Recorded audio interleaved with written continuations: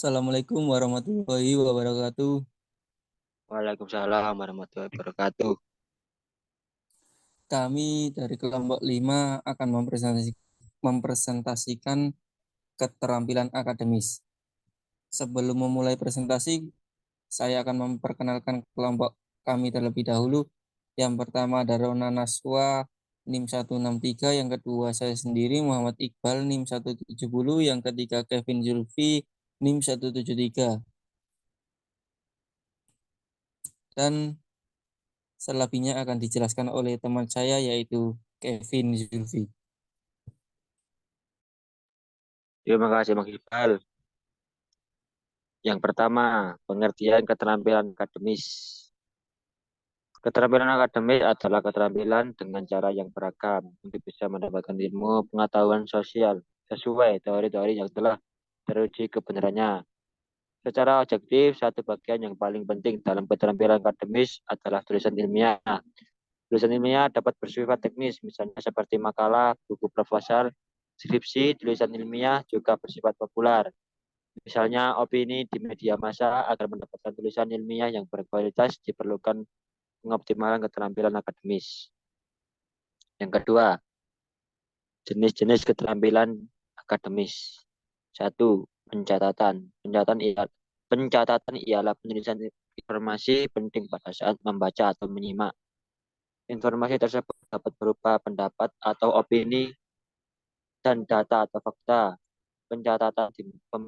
Pencatatan memiliki hal penting, yaitu perorganisasian catatan, mengidentifikasi informasi, dan penulisan secara cepat.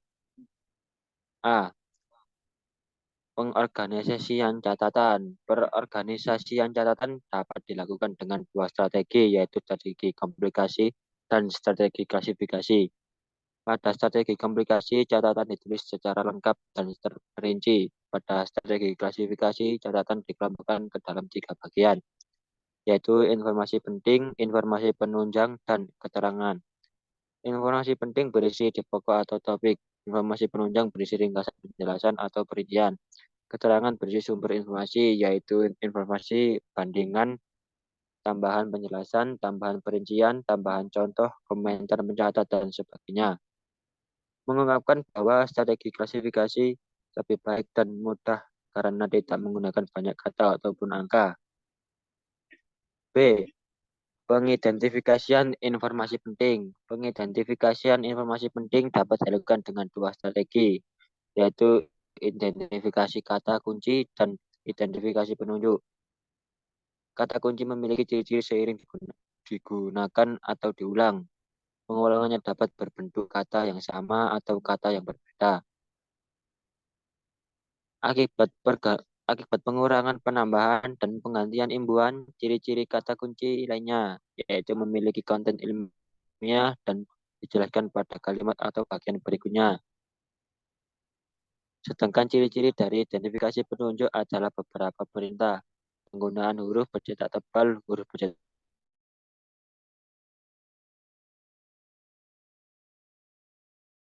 C. Penulisan cepat. Penulisan cepat dapat dilakukan dengan 4 strategi, yaitu pengembalian hal yang tidak penting, menggunakan singkatan, menggunakan simbol, dan penggambaran hubungan. Pada strategi pengabaian hal yang tidak penting atau unsur yang tidak penting tidak perlu dicatat. Misalnya konjungtor, ekstra kalimat. Pada strategi menggunakan singkat digunakan singkat yang mudah diingat untuk kata dan frasa penting yang frekuensinya tinggi, dan juga menggunakan huruf kapital sesuai dengan teknik penyingkatan yang lazim digunakan. Pada strategi menggunakan simbol digunakan simbol-simbol yang bersifat umum dan lazim digunakan dalam berbagai tulisan. Pada strategi menggambarkan hubungan digunakan diagram, bagan, dan sejenisnya yang mudah dapat dipahami. Baik, selanjutnya akan diteruskan oleh teman saya, yaitu Iqbal. Baik, terima kasih. Yang kedua adalah pemarafrasaan.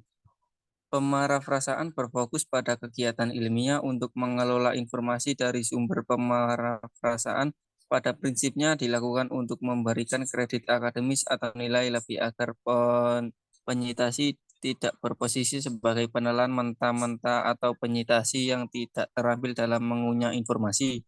Dalam pemarafrasaan terdapat 4 konvensi yang penting untuk dipatuhi, yaitu tidak ada informasi penting yang ditinggalkan, panjang parafrasa idealnya relatif sama dengan teks asal yang disitasi. Penyitasi menggunakan kata-kata yang berbeda dan menyantumkan sumber yang disitasi. Strategi-strategi pemarafrasaan. A.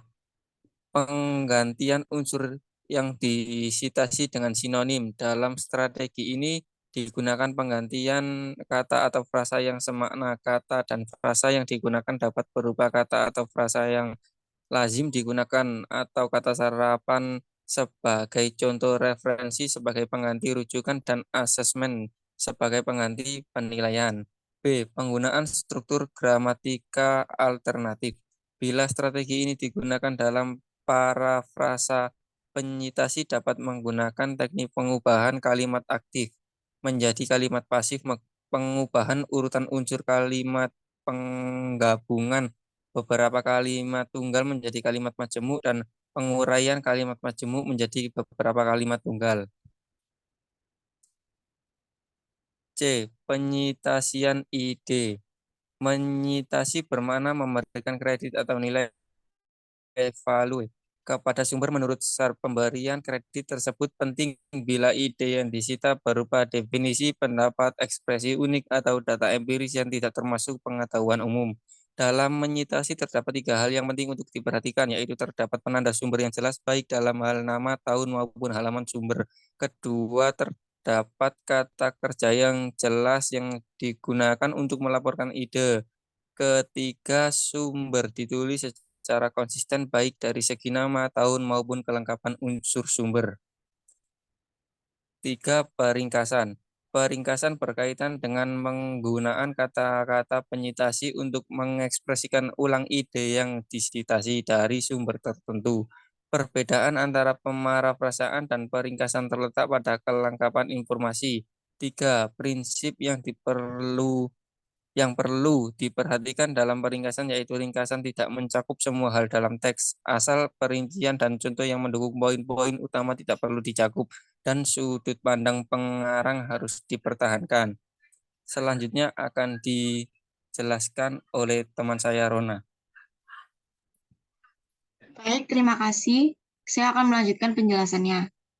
Hal-hal yang perlu dilakukan oleh peringkas yaitu 1. Kondensasi ide. Kondensasi ide oleh Bailey disebut reduksi informasi, dapat dilakukan dengan strategi pemadatan. Strategi pemadatan mengacu upaya memadatkan informasi dari teks asal tanpa mengurangi kejelasannya. Kedua, strategi pengombinasian kalimat. Dapat dilakukan dengan meletakkan kata hubung intra kalimat sehingga kalimat asal kemudian berposisi sebagai klausa dalam kalimat kombinasi atau kalimat majemuk. Pada saat yang sama dilakukan penghilangan unsur-unsur yang sama pada kalimat asal. Dalam kasus tertentu dimungkinkan pada pengombinasian tersebut dilakukan dengan meletakkan kata hubung ekstra kalimat dan pada saat yang sama dilakukan penghilangan unsur-unsur yang sama.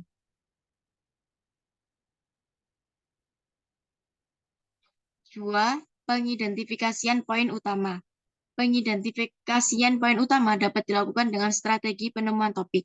Topik dapat diidentifikasi melalui pengajuan pertanyaan tentang apa suatu teks. Jawaban dari pertanyaan tersebut adalah topik. Strategi kedua yaitu strategi pengidentifikasian poin mayor. Sejalan dengan self, poin mayor berdiri dinyatakan secara langsung dan didukung oleh contoh ataupun perincian. Strategi ketiga yaitu pengidentifikasian poin utama adalah pengidentifikasian poin minor. Di samping dapat berupa contoh dan perincian, poin minor juga dapat berupa poin yang tidak dikembangkan dengan baik. Dan poin minor boleh jadi tanpa dukungan contoh dan perincian.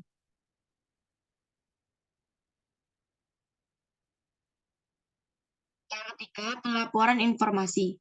Strategi yang dapat digunakan dalam pelaporan informasi adalah penggunaan organisasi yang sama dengan teks asal. Strategi kedua yaitu pelaporan konten secara akurat. Sharp menyatakan bahwa peringkas perlu menyadari bahwa ringkasan yang ditampilkan dalam bentuk sitasi akan dievaluasi tidak hanya dari seberapa baik penggunaan bahasa dalam menulis ringkasan, tetapi juga seberapa akurat ia memahami dan melaporkan isi teks asal. Strategi ketiga yaitu pemertahanan titik tekan teks asal. Titik tekan mengacu hal dipentingkan dalam teks asal, misalnya konsep, klasifikasi, kronologi, sebab akibat, dan jumlah suatu hal. Strategi terakhir yaitu pengecekan ringkasan. Pengecekan ringkasan dilakukan untuk memastikan bahwa ringkasan lebih singkat daripada teks asal. Isi ringkasan sejalan dengan teks asal. Jenis keterampilan akademis yang keempat yaitu penyintesisan. Penyintesisan pada prinsipnya merupakan pengombinasian analitis dua atau lebih sumber untuk mengkreasi sesuatu yang baru. Beberapa ahli menyatakan bahwa penyintesisan merupakan keterampilan akademis paling sulit karena kompleks, analitis, melibatkan semua keterampilan akademis yang lain, dan lebih sekadar gabungan antar bagian dari beberapa sumber. Menurut Sharp, dalam praktik penyintesisan tidak mudah karena terdapat 3 fenomena yaitu hubungan antar sumber tidak jelas, suatu sumber dominan hingga semua informasi tampak penting, dan dalam penyintesisan diperlukan keterampilan berpikir tingkat tinggi yang dalam taksonomi kognitif.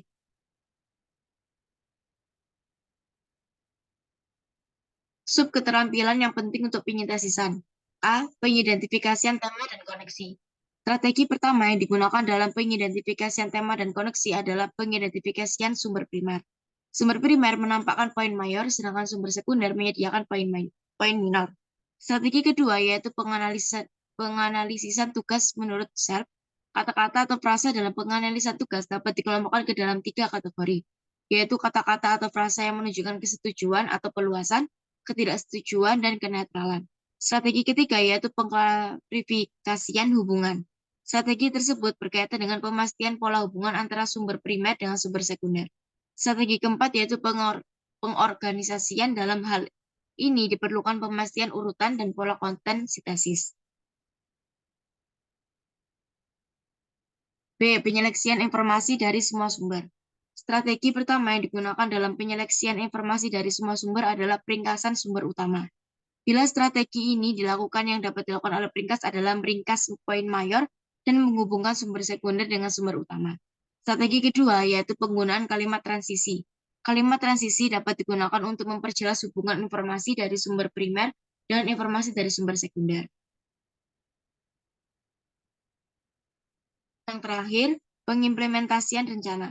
Strategi pertama, pengimplementasian rencana yaitu pematuhan terhadap prosedur agar pengimplementasian rencana berjalan dengan baik. Prosedur pengimplementasian yang disusun sebelumnya perlu dipatuhi. Prosedur tersebut mencakup aktivitas berpikir, menulis, dan merevisi sintesis. Strategi kedua yaitu penggunaan batasan waktu dalam penyintesisan. Strategi ini dapat memotivasi penyintesis dapat menyelesaikan penyintesisan secepat-cepatnya tanpa menomorduakan kualitas. Strategi ketiga yaitu sering berlatih. Frekuensi latihan yang tinggi dapat memunculkan banyak keotomatisan baik dalam tahap berpikir, menulis, maupun merevisi. Dengan ini kegiatan penyintesisan akan lebih mudah. Sekian penjelasan dari saya, akan saya kembalikan ke moderator. Baiklah, terima kasih. Sekian presentasi dari kelompok kami. Jika ada kurang lebihnya, mohon dimaklumi. Assalamualaikum warahmatullahi wabarakatuh. Waalaikumsalam warahmatullahi wabarakatuh. warahmatullahi wabarakatuh.